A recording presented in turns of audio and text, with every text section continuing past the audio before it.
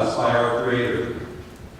As an American, I enjoy the privilege of voting, owning property, being able to express my thoughts, and to do anything that I'm willing to work for. America is a special country, one where diversity is celebrated. Our differences and backgrounds make us a stronger nation, a nation that is the envy of freedom-seeking individuals throughout the world. In addition to reflecting on our blessings as Americans, I've also reflected on the cost that enabled me to be free. We've all heard the saying that freedom is not free. Although this is true, I ask myself several questions. Do I understand the sacrifice that was paid by the American veteran? Do I understand the thoughts that went through the brave soldier's mind as he or she prepared for a mission thousands of miles from home? Do I understand the courage that filled our brave soldiers when they were not guaranteed an outcome in battle? Do I honor, respect, and appreciate their service? For over 200 years, Americans have honored our veterans. Whether the veterans served in the 18th century, 19th century, 20th century, or today, veterans have a common value and belief that extends to all generations. Veterans throughout our nation's history have been filled with the conviction that we should not ask what our country can do for us, but what we should do for our country. Veterans throughout our nation's history have believed that America's best days are in front of us and not behind us. Veterans throughout our nation's history have been committed to paying the price of freedom so that we may enjoy living in the greatest nation on earth. Veterans throughout our nation's history have believed that we will not waver, we will not tire, we will not falter, we will not fail. Peace and freedom will prevail. Although we enjoy the privileges of living in America, we must never take our nation or our freedoms for granted. Forces throughout the world are seeking to extinguish America's life. We can see these forces on the news every day. Ronald Reagan once said that freedom is never more than one generation away from extinction. We didn't pass it to our children in the bloodstream. It must be fought for, protected, and handed on to them to do the same. In order to preserve our freedoms and guarantee prosperity for all, our nation is seeking the next generation of heroes. Today, I ask you to honor our veterans and their service. I also ask you to reflect on the blessings that we enjoy in this great nation. And I ask for you to reflect on how you will work to guarantee freedoms for future generations. At this time, I would like to introduce Jay Farmer, our Student Council President, and Georgia Milham, National Junior Honor Society President. Thank you.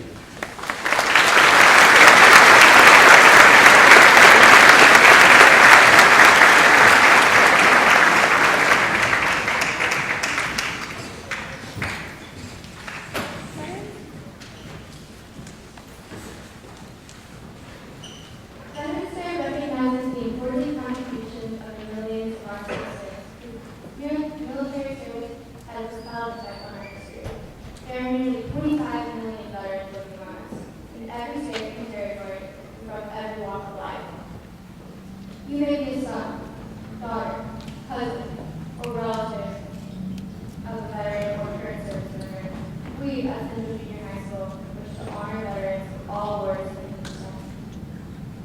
In 1921, an American soldier, his name John was buried in Arlington National Cemetery overlooking the Potomac River.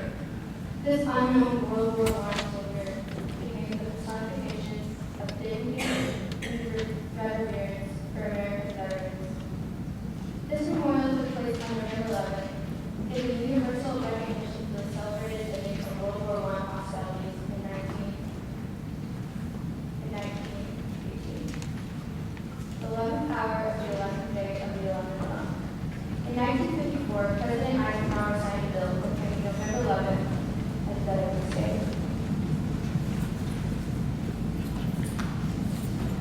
The flag is the symbol of our national unity. The flag tells of the struggle for independence, of union preserved, of liberty and union one and inseparable, and of the sacrifices of brave men and women. It speaks of equal rights for all. It means a united, strong, and equal to task America.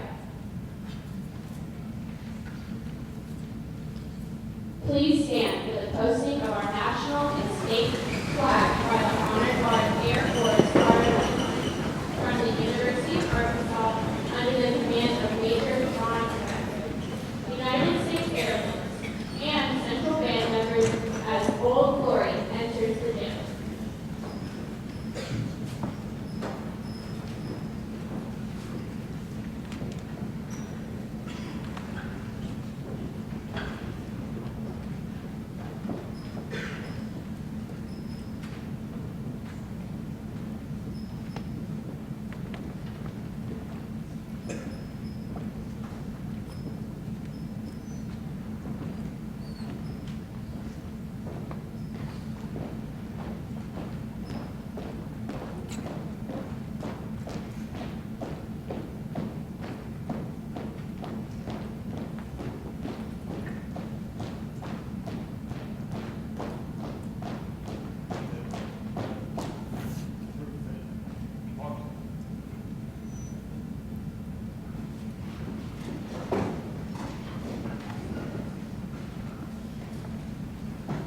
Please remain standing as the Central Junior High School Band plays our national anthem.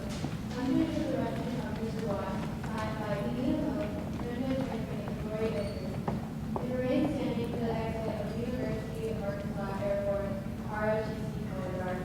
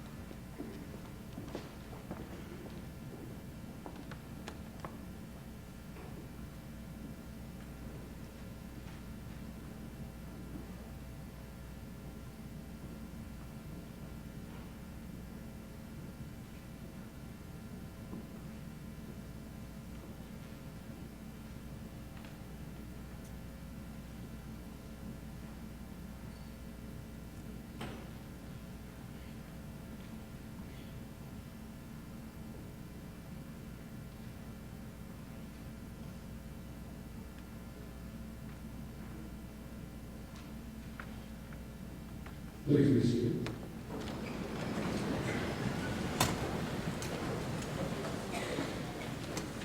At this time, the Central Junior High Band will perform a medley of all the service songs of our armed forces. We ask that service members, past and present, please stand and be recognized as your service song is performed.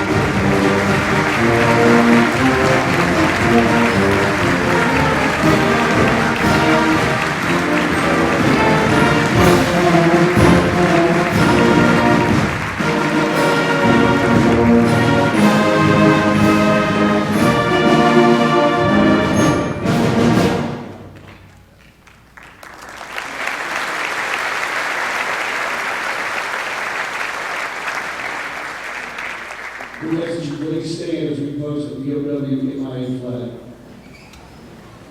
The flag will be brought in by Mrs. Harriet Sisson of Bank Lives.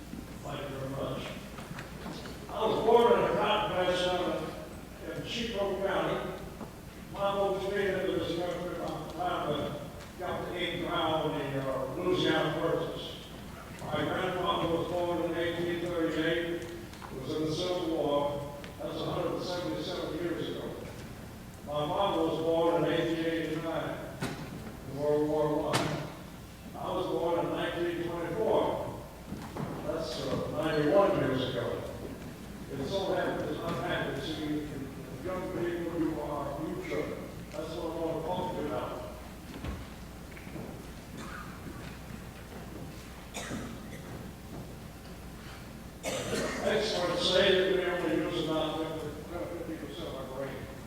But let me tell you what, the gift that God gave you right here is something that you will use the rest of your life. You just don't realize the potential of it. Now, your gift to God is how you use it. You must remember that. You'll be calling on it sometime here in the future. I know at your age I was scared to death. I went into the Navy when I was 18 years old out of a cotton patch. We were farming with cubes. I've never driven it, they were motor. But I was flying an airplane with 2,000 horsepower. Short after that. And I had to learn to drive a car after I got out of the service. I want to tell you about a group of people who were super smart, but they never went to school. They're called savants. S-A-V-A-N-T-S. That's a French word for intelligence. There's about 1,000 of them. 100 of them have been tested. They don't know where they get this information from, but they're loaded with information.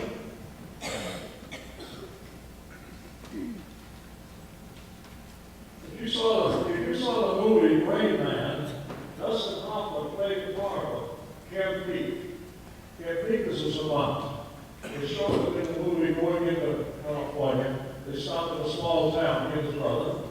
Next morning for breakfast, a waitress came to the table and gave them her name, and immediately Kim says, "Oh, your phone number is," she looked at him, and how could you know that? He said, "Well, he memorized the phone book last night." Now that is something. We all have this potential if we use it.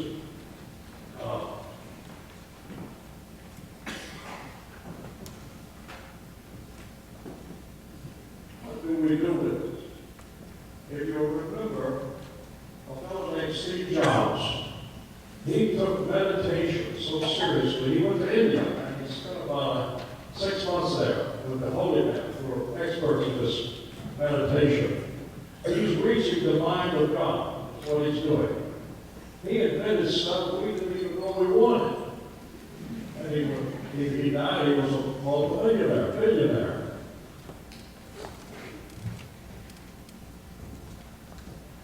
Now, what we have to remember is God created this universe with one word, 1450 years ago. And it's still expanding. I wonder what's on the outside of that. It is just amazing to even think about this. But what I want you to do is to remember, in your life, you will run into a few ruts and lumps. You must have something to hold on to. If you will remember that you have God within you, He's available. Talk to Him. Find yourself a quiet place sometime during the day and give some time to meditating and trying to reach His mind. It's a pleasure to be here today. God bless America. And God bless every one of you.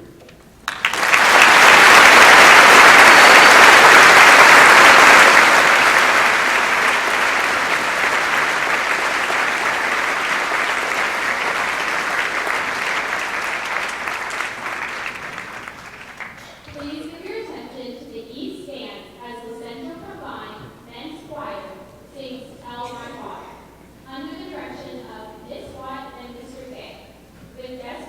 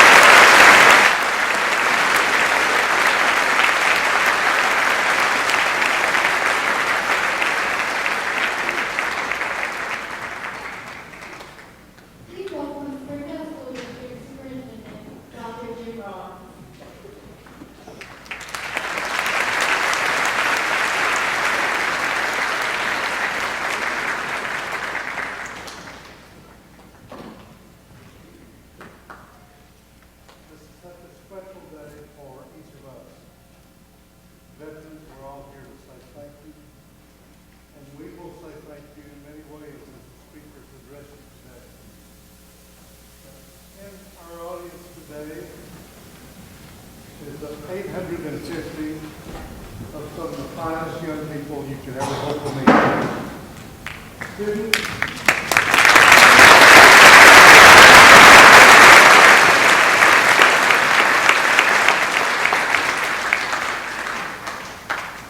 special day for so many reasons, but I want to give each student in the audience today an opportunity, if you will. I'd like for everyone to stand.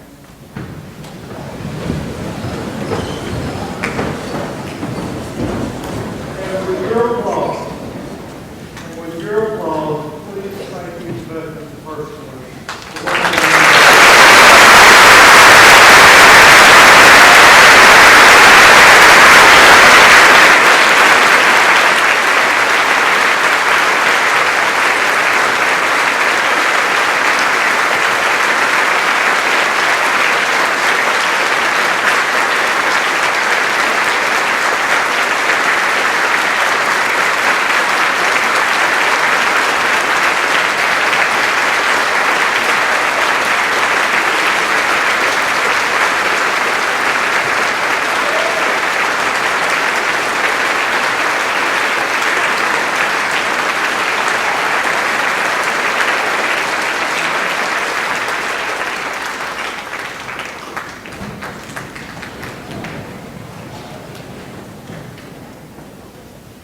Thank you, warriors, for such a great service.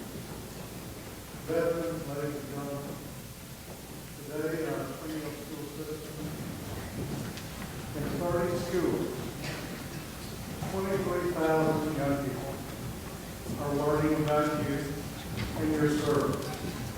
And each of them, through the applause of the warriors who just extended their appreciation, we say thank you. This is a real pleasure, a great day, and we're all honored to be a part of it.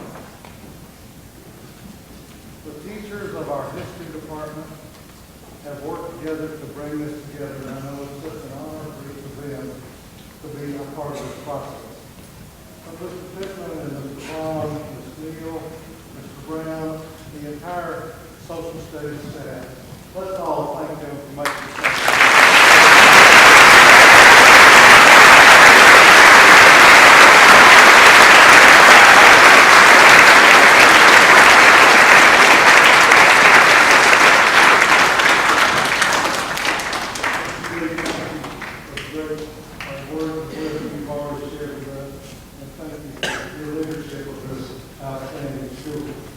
Today is a day of celebration.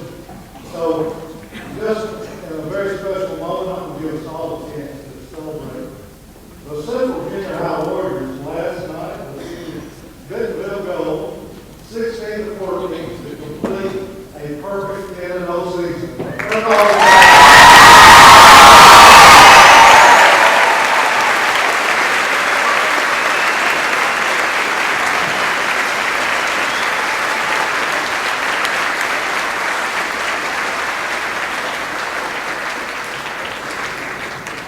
It is great to complete and find out who you are and what it means to give your best effort. And I might just add, this is the second year in a row the Central Junior High Warriors have had a perfect season. That's pretty good.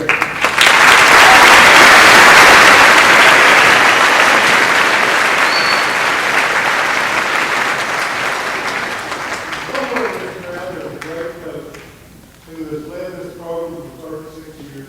Coach Hartsfield Warrior, let's all thank him.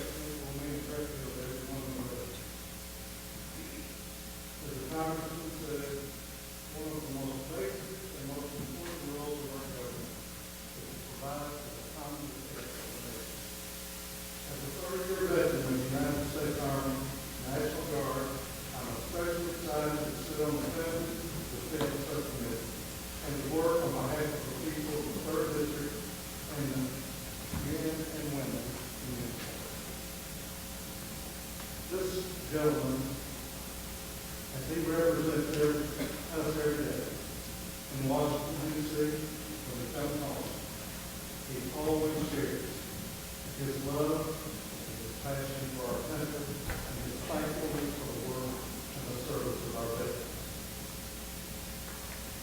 Veterans, there is no question, if you look at his voting record, that you are a proud warrior for each and every day. Ladies and gentlemen, welcome our Congressman Steve.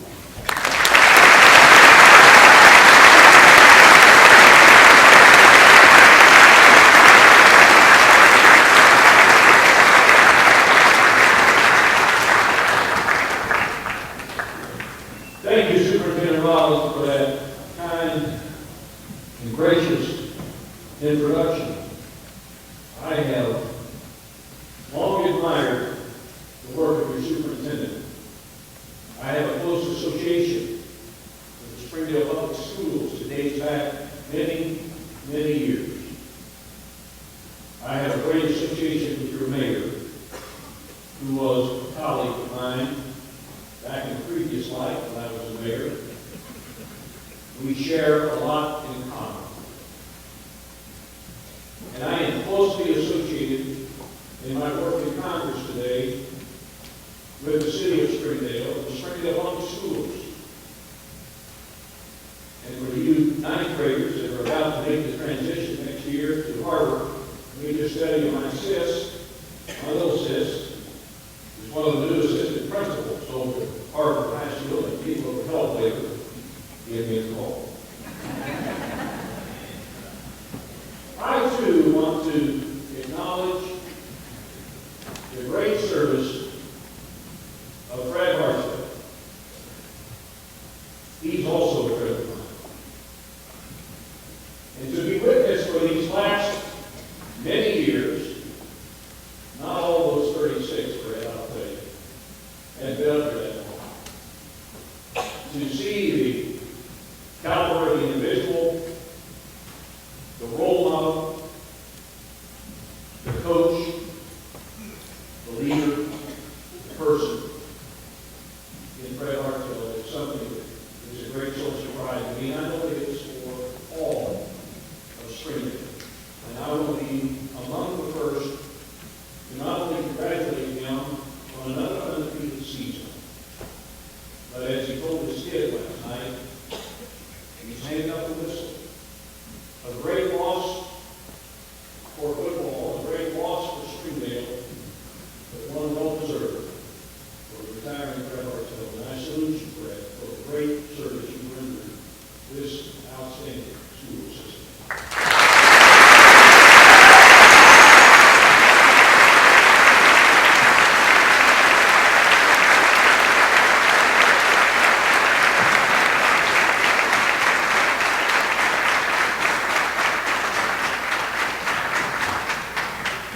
And let me just say a word about Paige Hill.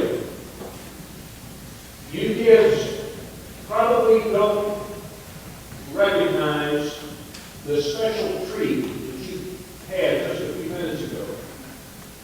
To have in front of you a gentleman who is affectionately known as part of America's greatest generation.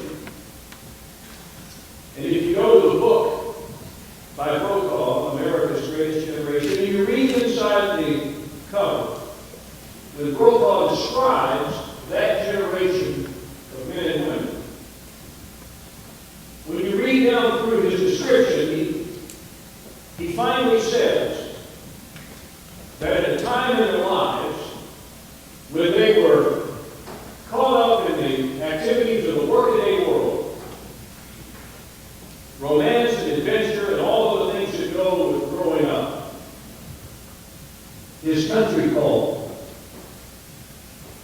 and summoned his generation to two of the most bloodiest conflicts ever known to humankind. Brokaw went on to say that they never protested, they answered the nation's call, and then these words I'll never forget. The Paige Hill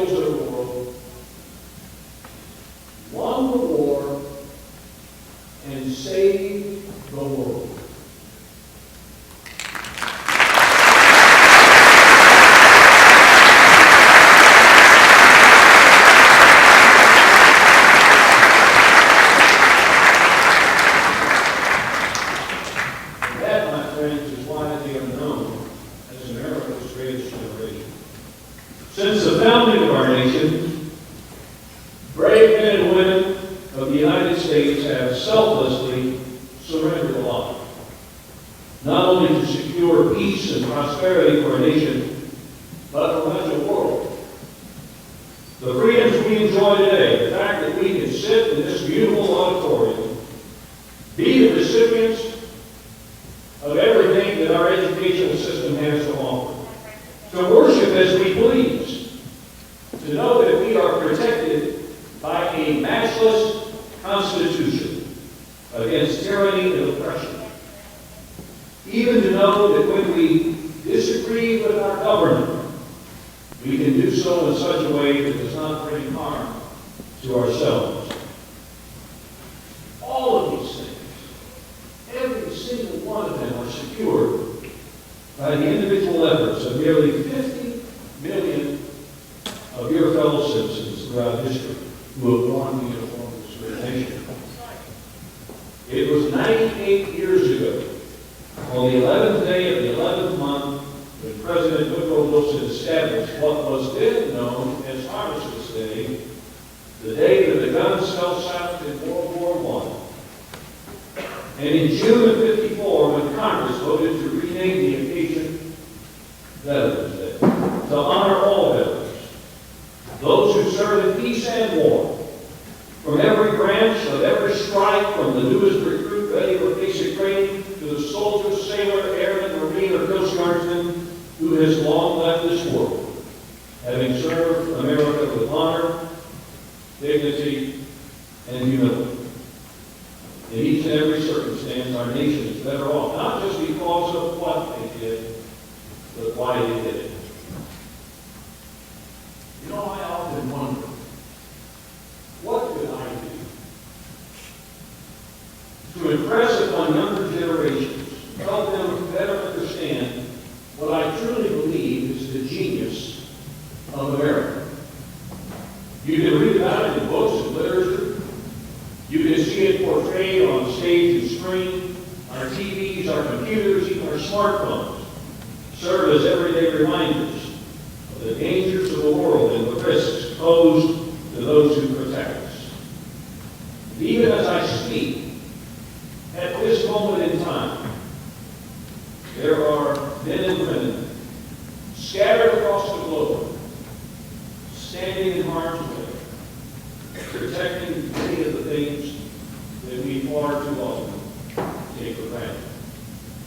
And as you tuck yourself in tonight, you know that when tomorrow comes, it will be ushered in for a nation by men and women who are dedicated to solemn and sacred precepts of duty, honor, and country. And whenever I'm in front of young audiences, I often wonder who in that crowd of innocents is going to do what so many have done before them. And that's serve their country. They are in this audience. They may not know that that's in their future. But one day, they too will answer the nation's call. And that's a good thing. The Bible reminds us that greater love hath no man than this, than to lay down his life for his friend. I think that's why Veterans Day is such a special day. We honor those of us who are willing to risk everything, even our lives, to ensure that the greatest nation the world has ever seen lives on. Last weekend, just a couple of days ago, I had the privilege of spending a long day at sea with America's Navy aboard the USS Kentucky, a ballistic missile submarine that's an important part of what we call strategic deterrence. It's a fascinating day. Translating off the west coast from San Diego, moving far out into the Pacific, and being witness to a demonstration of American firepower, the likes of which we have few peers. And to briefly describe the culminating event, it leaves me almost speechless to know the confluence of science and technology, equipment, manpower, training, and discipline that drives today's military, and every branch of service has it. So students, let me share with you a word picture of that day. About 6 in the morning, I boarded a 560-foot, 18,000-ton hump of steel you would recognize as a submarine.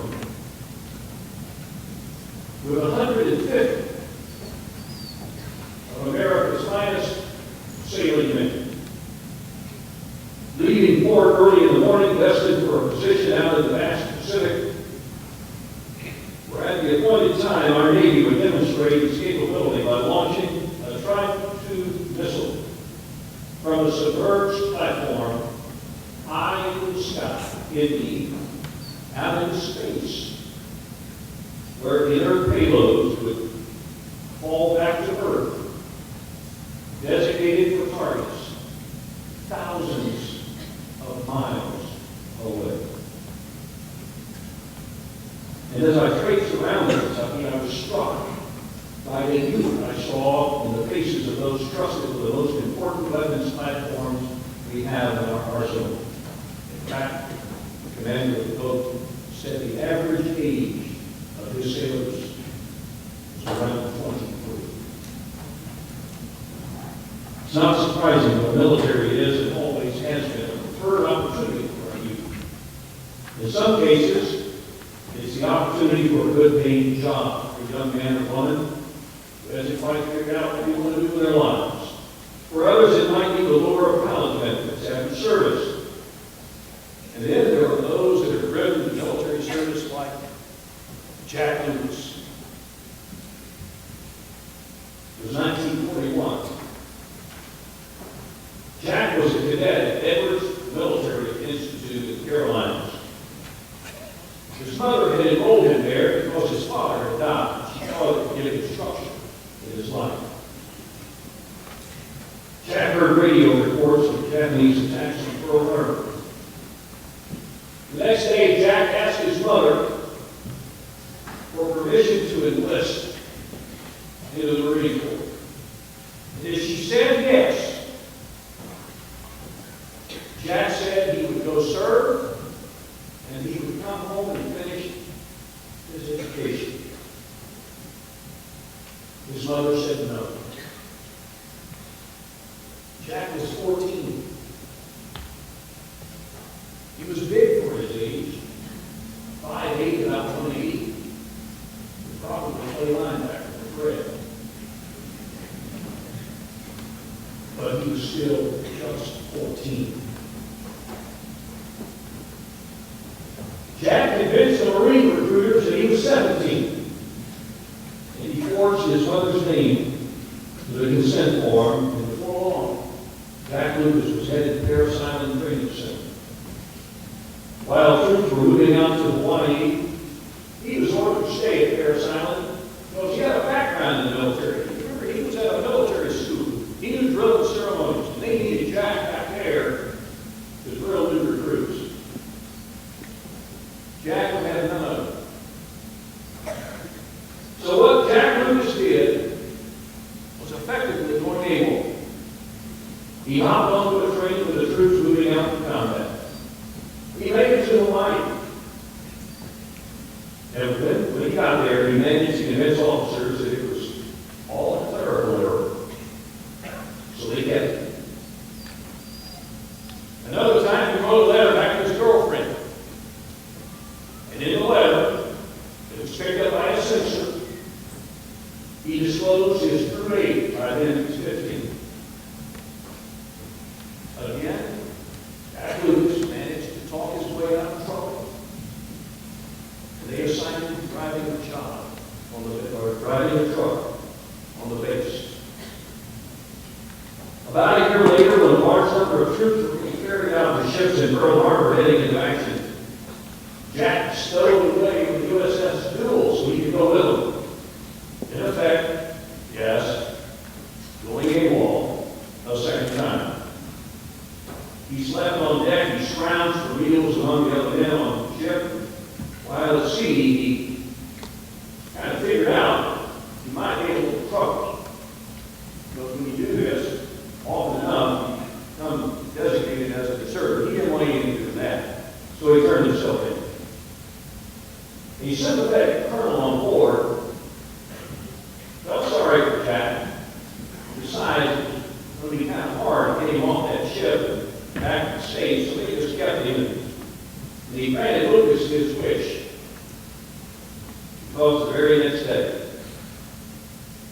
February 19, 1945.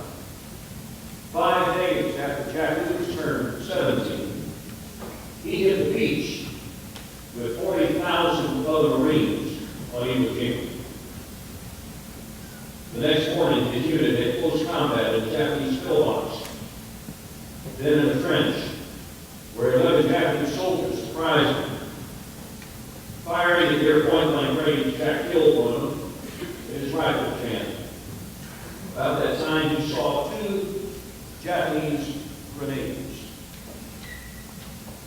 land in the volcanic ash near his position and right next to a fellow Marine. Without hesitation, Lucas dove on those grenades. One of them failed to explode, but not the other. An explosion so incredibly intense it flipped him in the air, took him onto his back, and inflicted terrible wounds to his chest, his arm, and his thigh. He suffered internal injuries. He bled from his nose and his mouth. And when his fellow Marines looked down upon him, they assumed he was dead.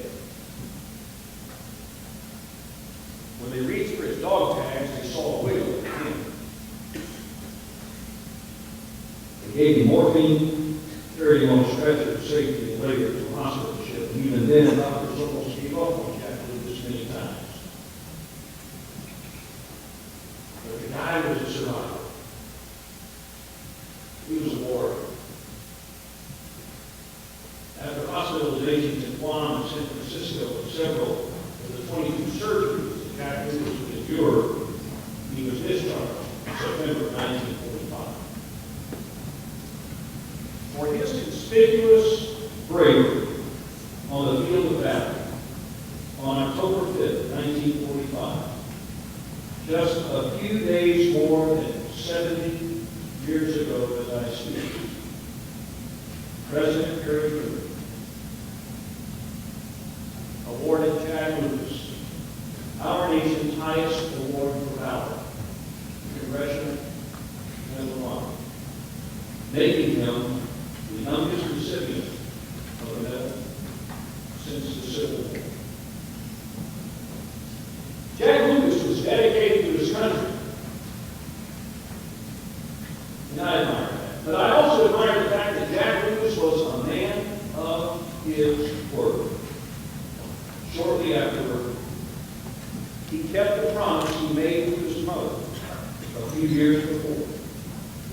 He went back to school in the 9th grade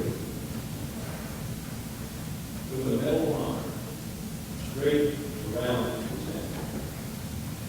neck. Lucas died 7 years ago, but his story today remains one of the best examples of bravery and sacrifice at a very young age. These are the stories of America. These are the stories of common, ordinary, cotton field warriors who were summoned by their nation to answer a call at a time of great crisis. We must always remember their commitment. We must always remember their sacrifice and their hardship. Not just today, but every day. Thank you for giving me this awesome privilege to be before some of the members of America's next greatest generation. Our country is indebted to you already. God bless you, and thank you so much for your support.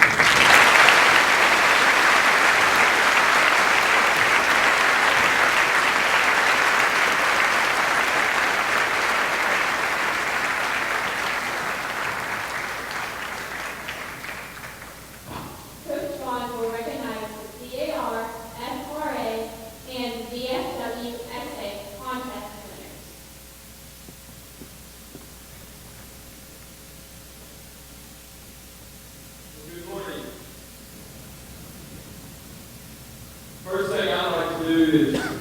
thank Congressman Womack for being here this morning and giving us this speech. I want to thank our veterans, of course, and what a privilege and blessing it is to have you. On a very personal note, I'd like to publicly thank Congressman Womack. Each summer, when we take a group of our History Day students to Washington, D.C., you got to remember, we're people from Arkansas in a very urban area. And as we go to our nation's capital, we have an opportunity to take a tour. Most congressmen have their pages and those that work with them and their staff lead them to the Capitol. But Congressman Womack, he met us and always does on the doorsteps of the Capitol building, and he leads us. And so I want to thank you, Congressman Womack, for your staff.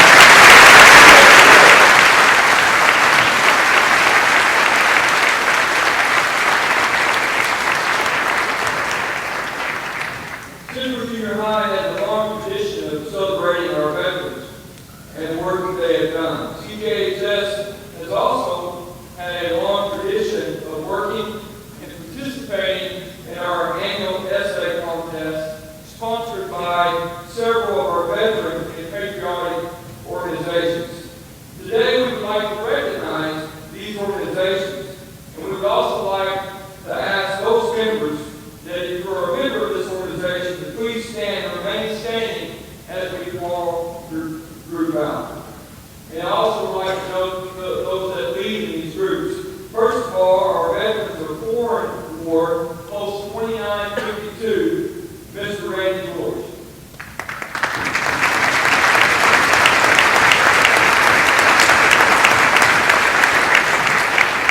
Our second organization, if you are a member of that, please stand, the Fleet Reserve Association, branch number 227, Mr. Vic Walker.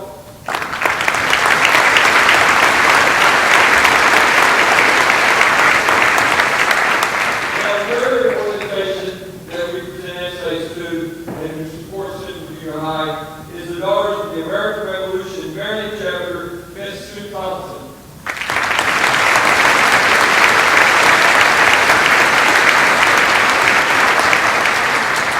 On behalf of the Central Junior High School Social Studies Department, I would like to thank all of you for sharing this occasion with us and allowing us to work with your organization. Let's give them another round of applause.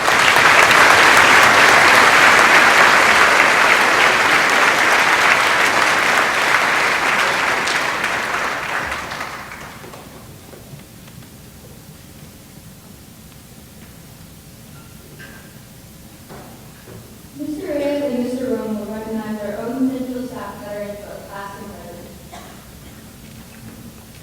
Please.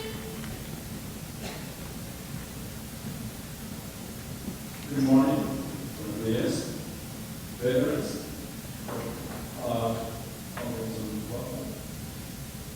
pluralities, staff members, teachers, students. Today, I have the privilege to recognize our former veterans teachers who work at school, and now they're going to retirement for teaching and something else. After spending 25 years or more in my school teaching students. Also, I had the great honor to recognize a former staff member who also spent many years teaching students at school. These members have been always been supportive of our veterans. So at this moment, if you are one of the veterans staff member who remain my call, please stand up and be recognized.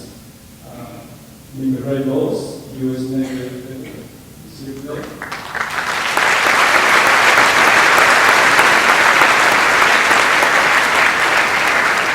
And the Lord, U.S. Army.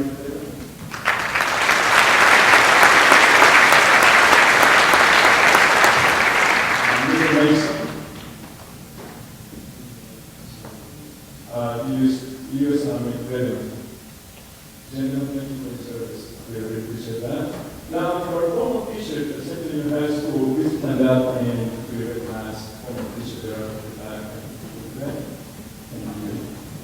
There is one person in the audience that I really want to recognize today. It wasn't my problem, that's assuming almost every year.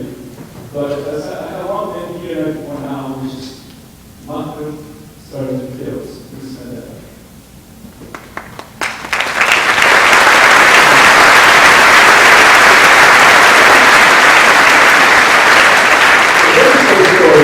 Happened in 1977 when I was assigned to 142nd Theater Brigade in Springdale. Believe it or not, he was my boss. He was my boss. Whatever he said, you had to do it. Go to the jump. I asked why you jump. I said, how high you want me to jump. So I had to do it. And this time, he was my mentor, my teacher, and my boss in many ways. And I'm interested because the first job he gave me, when I had there out in Full City, Oklahoma, my training, I said, basic training, I got a 71 Lima, which is HAR-BER, type 21 word per minute. That was the problem. I think I typed a lot better now, it's okay. And he said, I need a KP, and repetition. AKP, more ideals. It was before that, now I knew that, so I had to go in using 50 pounds of potatoes for a year. That was a pretty good job. Very much. Thank you so much for all the questions. Thank you so much. I appreciate that. Thank you.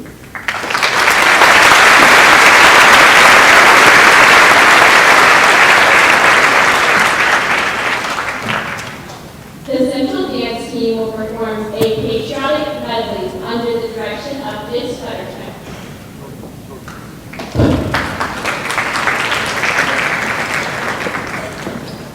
Good morning. It's my great pleasure to introduce our veterans that are currently on our Central staff. Will you please stand? I call your name. Mr. Lorenzo Reyes, United States Army.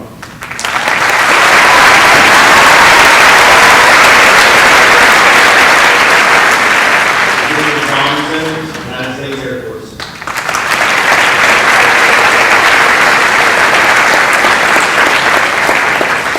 Mr. Jesse McKinley, United States Marines.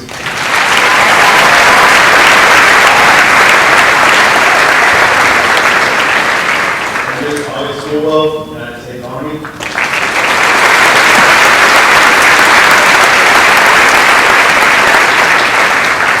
And lastly, myself, Mr. Cole Rome, and United States Marines.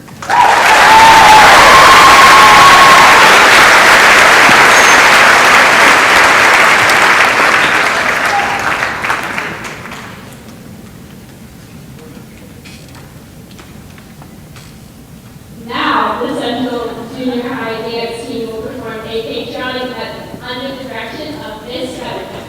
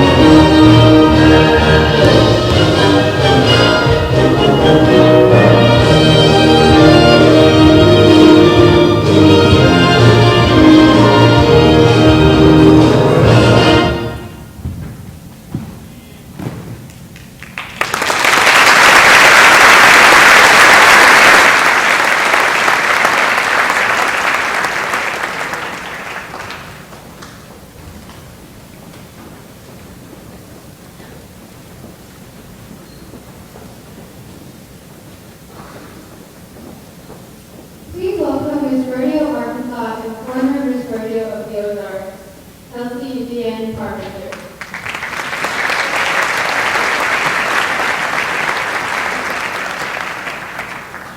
Good morning. Oh, guys, come on. It's more than a good morning. It's a great morning. We're here to honor our veterans. I said good morning.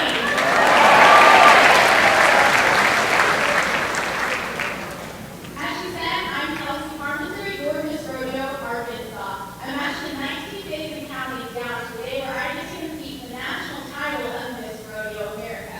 But today is not about me at all. It's about our veterans. And I'm so thrilled to be here to speak to y'all this morning. I brought with me my friend. This is my former friend Annie. She is in a training program to be a service dog, and she still has 10 months to go. Annie has a very special task whenever she grows up. She is through the programs called Soldiers on Service Dog. She will go to a military member who is suffering from PTSD. And if anyone who is here today who has served and thinks that they want a service dog, you apply at soldiersonservicedog.com. She's a little bit restless. You had to be very patient this morning. But Annie is on a perfect path to be somebody's service dog. She will be making a huge difference in someone's life. Mr. Steve Womack had touched base earlier on a little bit of history of Veterans Day, so I'm not going to go much into it. But it was first known as Armistice Day at the end of World War I. The war to end all wars. Then after World War II, it became a day to honor all of our veterans. I have the privilege of being a part of the sport that honors our military at every single rodeo and through our daily lifestyles. I've had the privilege of traveling across the entire United States, and there's not an opening ceremony to a rodeo where there's not a tear that is brought to my eye or a tug on my heart, because we have the privilege of living in a nation that is free. That is a privilege that many do not get to experience. We truly are a fortunate nation that is all thanks to those who serve and those who sacrifice. I won't take up much of your time, but I do want to encourage you to do two things. Number one, to make a difference.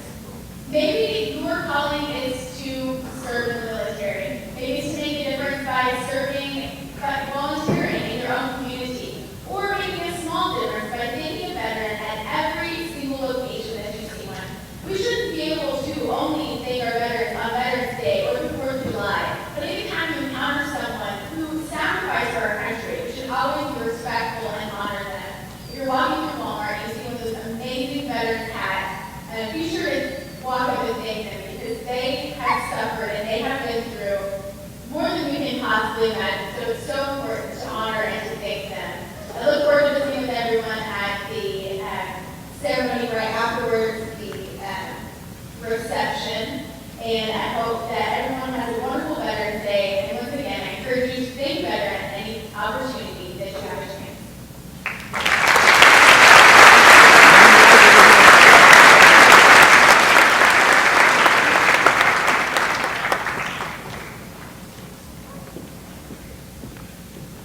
Now, our Central cheerleaders will hand out reflection and thank you letters to the veterans and members of the armed forces present today.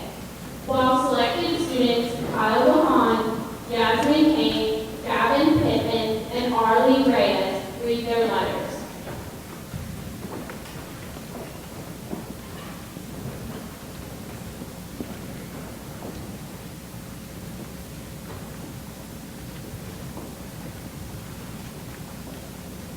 Dear veterans, hello, I am Jasmine and I am 14 years old. A few things I love to do is learn about history, sing, create stories, and movies.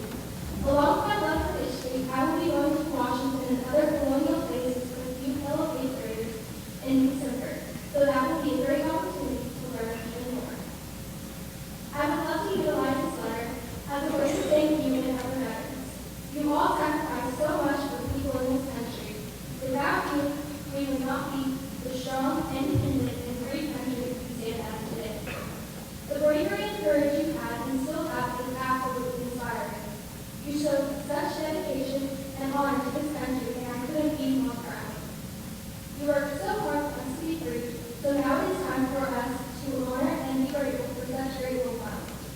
Now I say this with all due respect, thank you so much for serving this amazing country.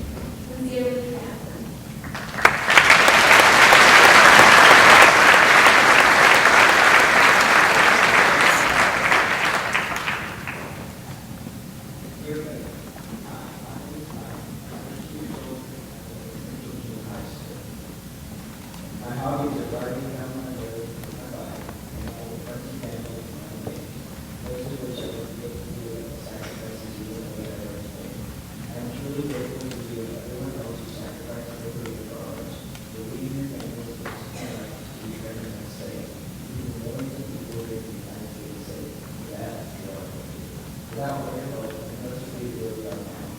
Let's know that it's the United States. Thank you for our heart. So what we do is that let's see what we do here. So we have.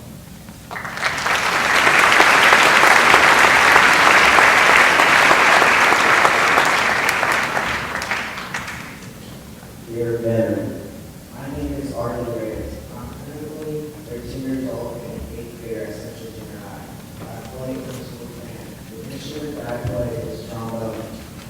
I enjoy playing and watching soccer with my friends and family members. I'm writing this letter to give you my thanks for fighting the wars to protect this large, beautiful land that is the United States of America. I'm grateful for your service because you sacrificed so many things that you put into yourself and to go risk your lives to give us our freedom. Sincerely, Arlie.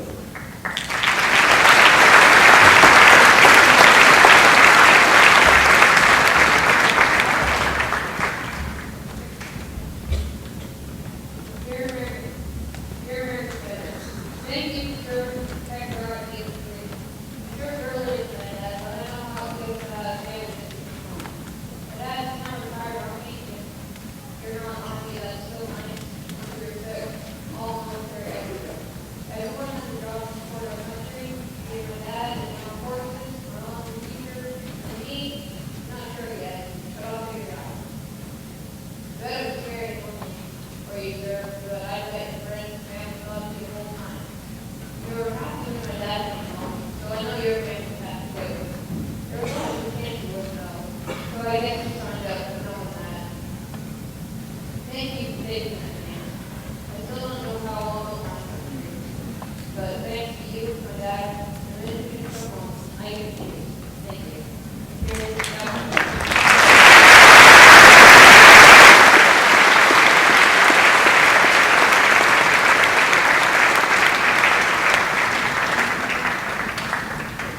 Please direct your attention to the west end with the combined morning choir as they perform Let Freedom Ring.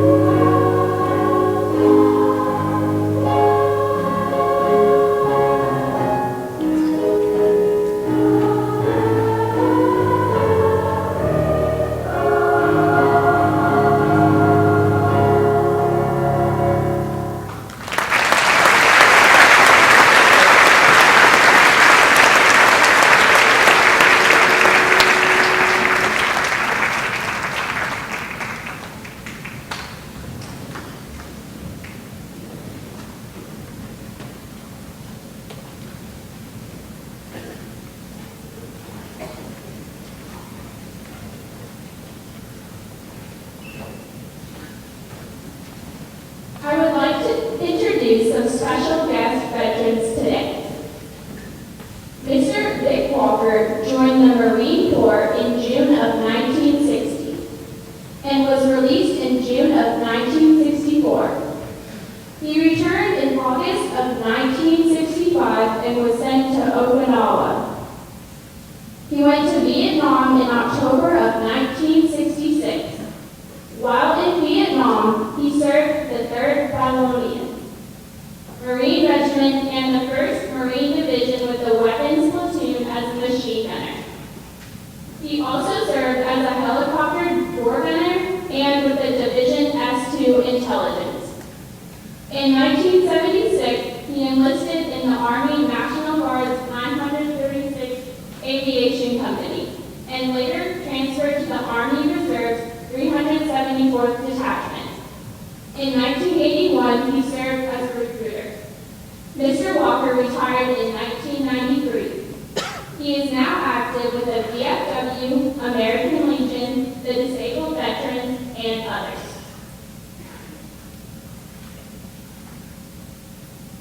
Mr. Randy George served 25 years in numerous positions of leadership, from squadron leader, platoon sergeant, first sergeant, and sergeant major on assignments in Germany, Korea, Panama, the Middle East, and Africa Combat Service in Grenada, Falklands, Panama, Desert Storm, Bosnia, and Operation Endurance.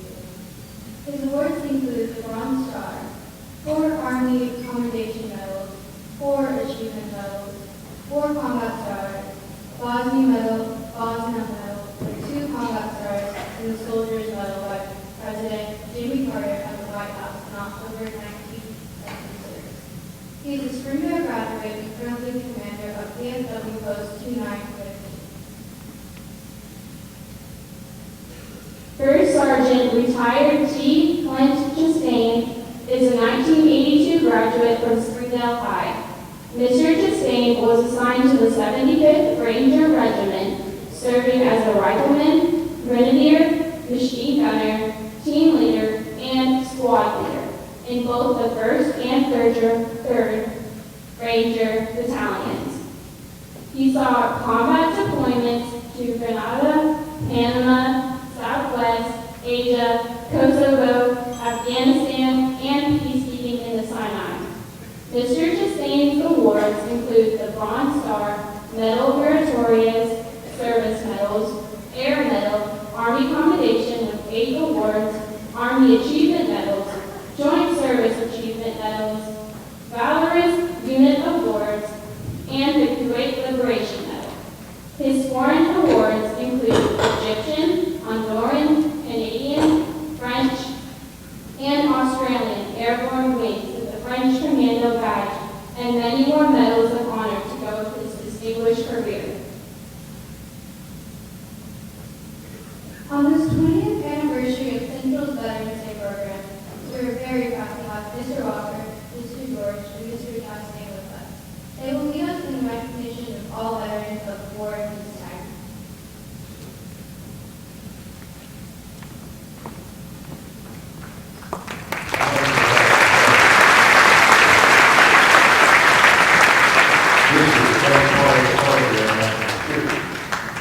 Okay? I'm not going to embarrass anybody, but did anybody, I want to ask the students, all the students, people out here don't answer the question. What is significant about today? 10th of November. Anybody know? Nobody knows? Okay. Now, I'm gonna talk to the teachers now. What are you teaching these kids?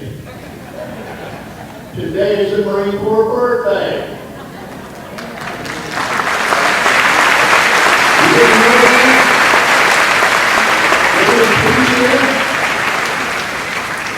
Also, my friend John Baker, who's up here today, he's a little under the weather. He was in the Navy, and today's his birthday. He's not as old as the Marine Corps, but today's his birthday, so happy birthday, John. All right, what we're going to do is we're going to bring all the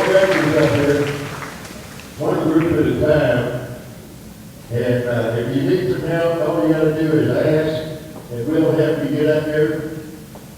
Gentleman right here, when he gets ready to come up, if one of you ladies bring his chair up so he can sit down, okay? All right. How many people, how many students do we have that have family serving in combat zone right now? Raise your hand. All right? Okay, put your hand down.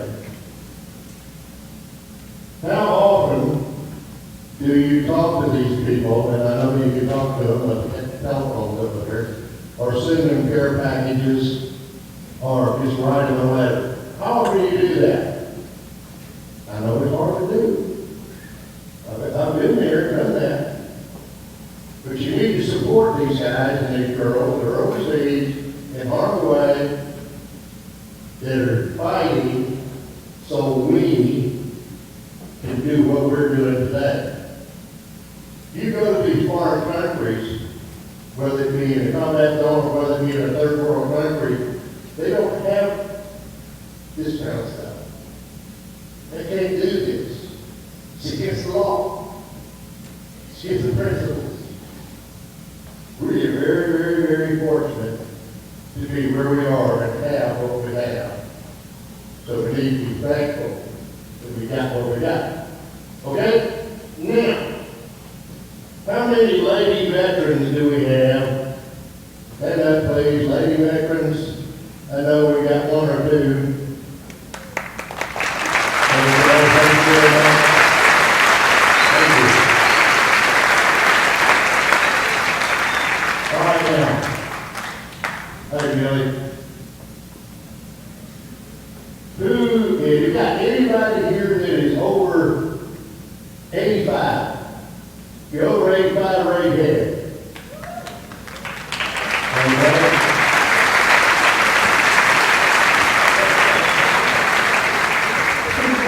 I got 90. Anybody over 90? Is he over 90? 91? Yeah.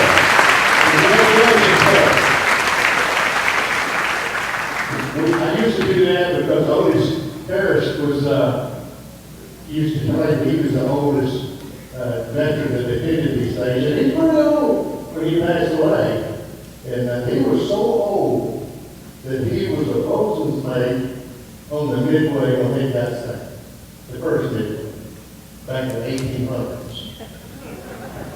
He was there. Okay. As I call out your war, whether you were a combat veteran or a peacetime veteran, you're in that war era. Now I want you to come forward and we're going to line up in front of these ladies right here.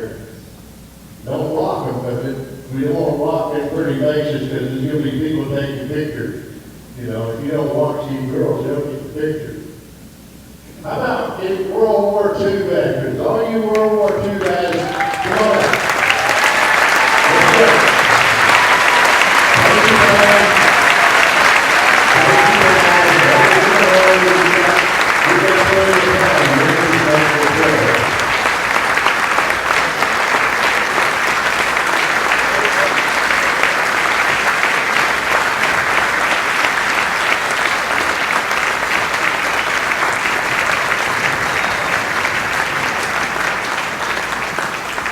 All right. How about the Forgotten War, Korean War? Got any Korean War veterans here? You know what?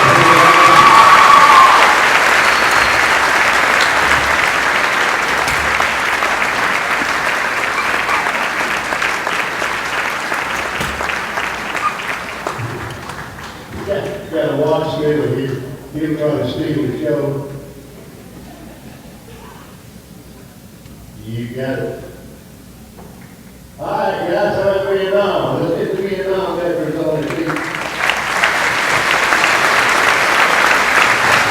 This guy is serious. Let's show up. Yeah.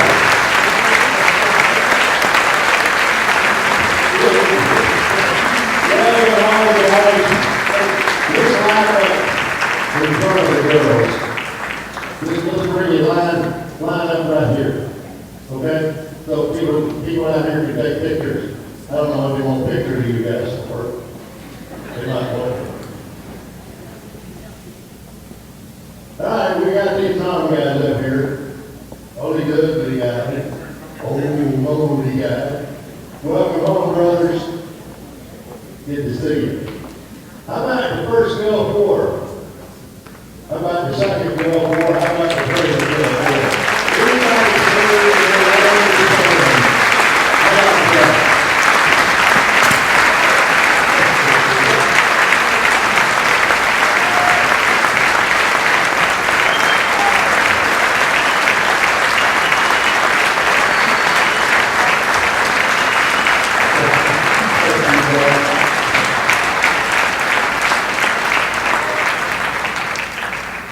Take a good look at these people.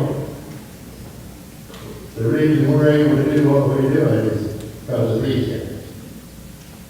There's a little something that I always like to say at the end of these things, and this may not be the end of it. I may just continue on. We got the 11 o'clock. Take a look at all these people. See all these organizations?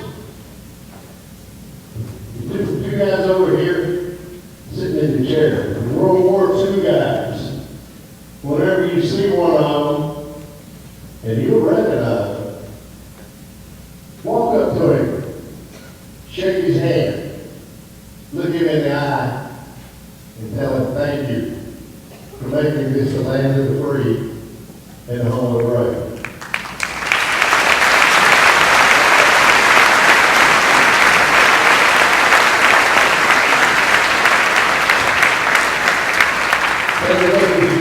Guys, the forgotten war.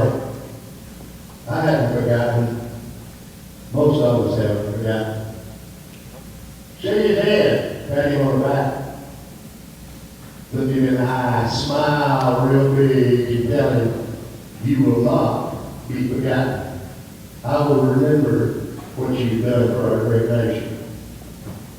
Look around. Got a bunch of guys in here, weird looking guys. Weird looking clothes, long hair, beards, 50-yard stare, attitude. Let's be Vietnam guys. The non-vets. The war that nobody liked. We had to go over and fight a war that we didn't like. We got blamed for a lot of things that we didn't volunteer to go. Big guys said go, so we all went. And we did our job as best we could with what we had to work with. We came home, and it was all kind of problems. We had stuff thrown at us, we could spit at, had people urinate on us. We had people reach up and try to grab our ribbons off of our uniforms. They didn't like us. We were baby killers. We were drug addicts. As the Vietnamese would say, we were dinky out. Us Vietnamese are crazy. We were crazy. We had to be if we wouldn't have survived. But you look at that Vietnam veteran, most of us that work at, we like to tell everybody we're a Vietnam veteran because for years and years and years you didn't tell anybody you were a Vietnam veteran. You were ashamed of it. But now, we're proud of it. I was a Vietnam veteran before it was popular. Okay? You see that Vietnam veteran, you walk up to him and you give him a big old hug. And you say, welcome home, brother. Because when we came back, we didn't get welcome home. We didn't get parades. Like I said earlier, we got spit on. We got urinated on. We had stuff thrown at us. So do that. Gulf War guys, the new war, the new breed, got that funny looking digital uniform. You know, I don't know why they did that. But look at them. Shake their hand, smile big, and tell them, one day will be your day. And welcome back to the world.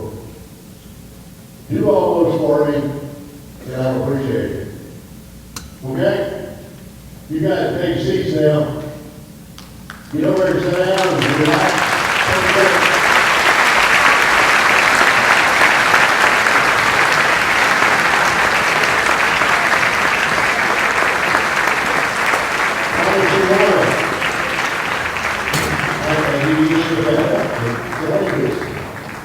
You should have gotten up and joined us. I know you're tired, DP. Welcome home, brother. Good to have you. Dr. Robbins. Mayor, me and the mayor used to be neighbors. We didn't know each other back then, but we used to be neighbors. Okay? Anybody got any questions of me? Sorry, you had your chance. I'm out of here, right?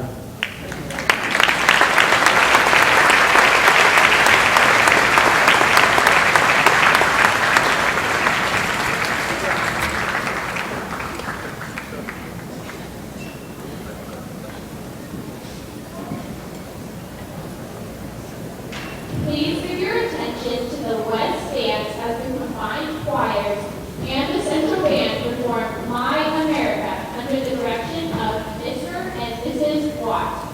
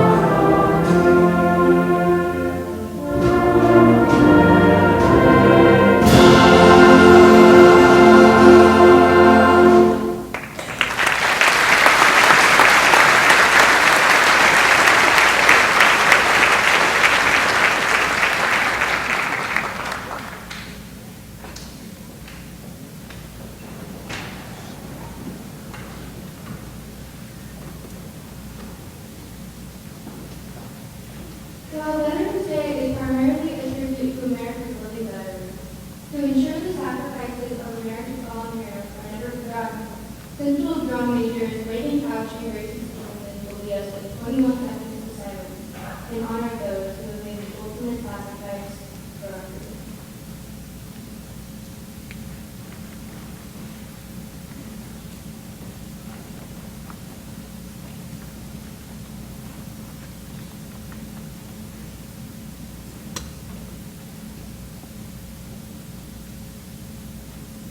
Practice of fire and gun salutes have existed for centuries. Early orders demonstrated their peaceful intentions by taking a weapon and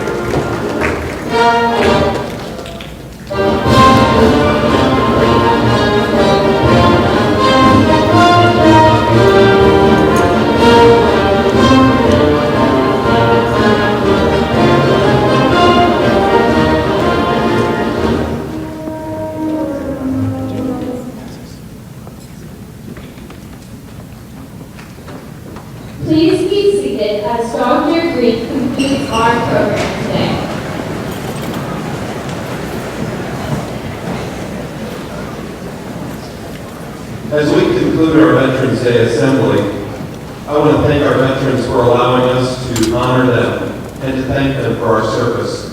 Would you join me in a round of applause for our veterans?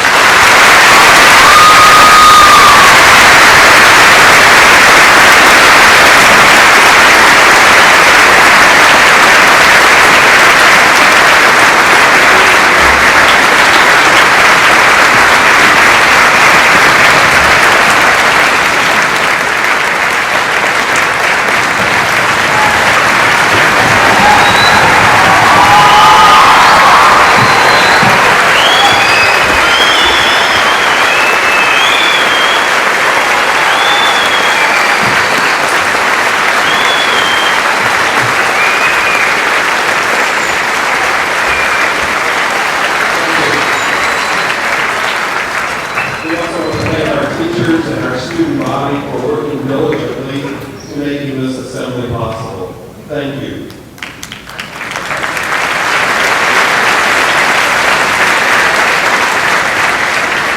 We also want to thank our PTO for providing a reception for our guests. We invite all of our veterans to the Lowe's Room, which is directly outside these doors, for a reception. And as we dismiss students, we will dismiss you to your first period class, but I'd like to ask our teachers to be dismissed first to class.